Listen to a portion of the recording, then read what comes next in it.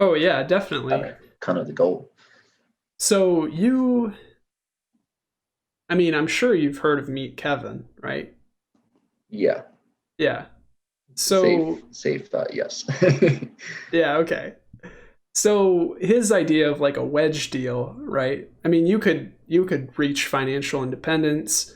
I mean, I would say it depends on your number, but you could reach it really quickly if you just buy a whole bunch of wedge deals, right? It's Sure. just a Yeah. I mean, question of finding those if you deals. come into a bunch of undervalued property, the day Right. you buy it undervalued, you instantly make that money into what it's appraised for. The next day. Right. I mean, a lot of people do that too. It is called wholesaling. They'll get properties under contract less than market, and then they'll just flip the contract, bring in someone who wants to flip the house, someone who wants to live in the house, and they'll make the difference from what they got under contract for to, you know, what they're going to sell for, instantly make, you know, 30, 40 grand, whatever it is. Right. I guess what I was saying is like you do that and because the magnitude is so large, if you do that enough times, you're going to reach your number pretty quickly. I mean, for Mm-hmm. example, let's say you needed $1 million. That would be what, 40,000 a year on 4%. You want to be safe, 3%, 30,000 a year.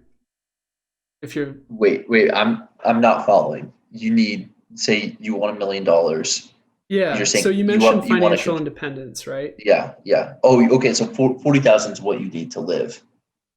Well, so let's say you had $1 million and you were able to generate a 4% return. Uh, They've done studies on this. But so, for example, they say like if you have a certain amount of money in the bank and you withdraw, or sorry, invested in stocks and you withdraw 4%, the chances of you running out of money in 30 years is like only 5% or something. It's called the Trinity study. mhm. Um, but so what I was using that 4% number as like a safe retirement or financial independence number. But even if you're doing something like conservative, like 3%, um, let's say you generate a return on your investments and you withdraw 3% of your portfolio balance every year. Let's say you had $1 million in stock, that would be $30,000 a year that you're withdrawing. So wouldn't you just be capping your growth then if you did that? If you're taking out 30 grand a year from your million, you're just staying Yes. level, maybe slightly going up. Yes. But I guess it doesn't matter because in the end, you just want to spend it until the end of your life, and then in which point you could have zero. Right. So yeah, this is like traditional retirement advice, not necessarily like financial independence as in you're working on side projects and doing deals and finding more ways to make money. It's more Right. so a if you just retired, you said I'm done, I don't want to work anymore. Um, How much you my need so there to get there. Yeah. Yeah, yeah. So my point is like, okay, if you can live on $30,000 a year, well, that would be $1 million in stock. So that would be your goal, right? So to get there, let's say you did the whole wedge deal with properties, 30,000 each one, give or take. These are Yeah. rough numbers. That would only be what, like 30 deals? You'd be there. Yeah. Yeah, a So little bit more than 30 deals. But I'm saying, you wouldn't even have to go that far because you'd buy the first few deals. You'd make that, you'd make the initial amount on the wedge, but then you're going to rent it out. So then you're going to have rental income. And then that same property that you already have 30 grand banked, now that property can generate $300 a month. So you have that additional income. Plus it's appreciating. So by the time you even get to thinking about retiring, you're going to have even more equity in that deal. Um, but I mean, yeah, buying it anything under compounds. market it's a good idea. If you could buy it for less than what's worth and sell it for more, that's the name of the game there. That's the dream.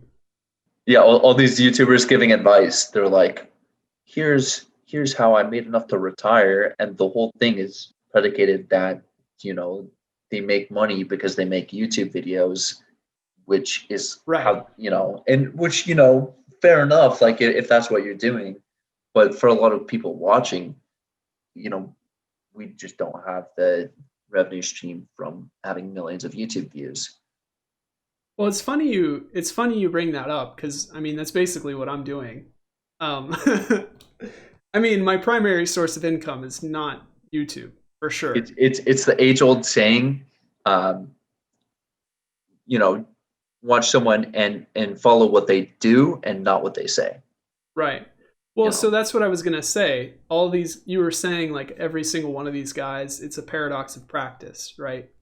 So a lot of them, we don't have to name names because I don't want to make enemies, but a lot of them they'll say like, you know, max out your 401 or max out your IRA and 401k, and then it's also like right next to a video that's like how I got $6 million by 29 or how I made $10 million by 28. It wasn't by maxing out your Roth IRA or 401k. I can tell you yeah, that. That's numbers don't add up there. So, as you were saying, you have to, tomorrow's video is going to talk about this more.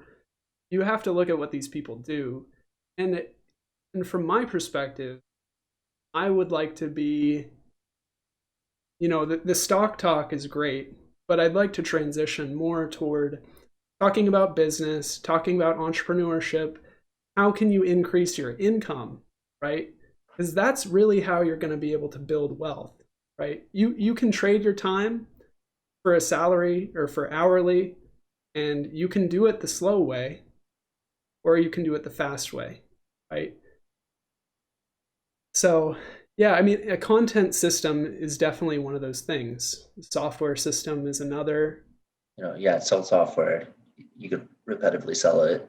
A Um, rental system like real estate, or even like the software information product that I was describing earlier.